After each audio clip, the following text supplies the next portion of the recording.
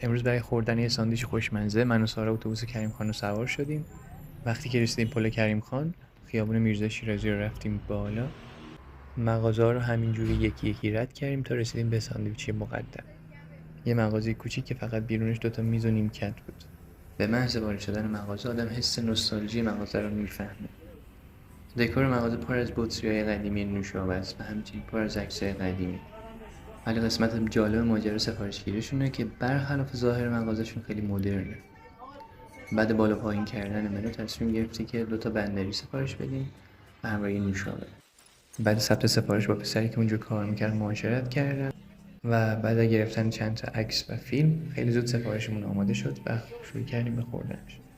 بندری خیلی خوشمزه‌ای بود و خیلی هم تند نبود. ساندویچ هم که تموم شد یه فیلم از روبروی مغازه گرفتم و مسیرمون رو ادامه دادیم.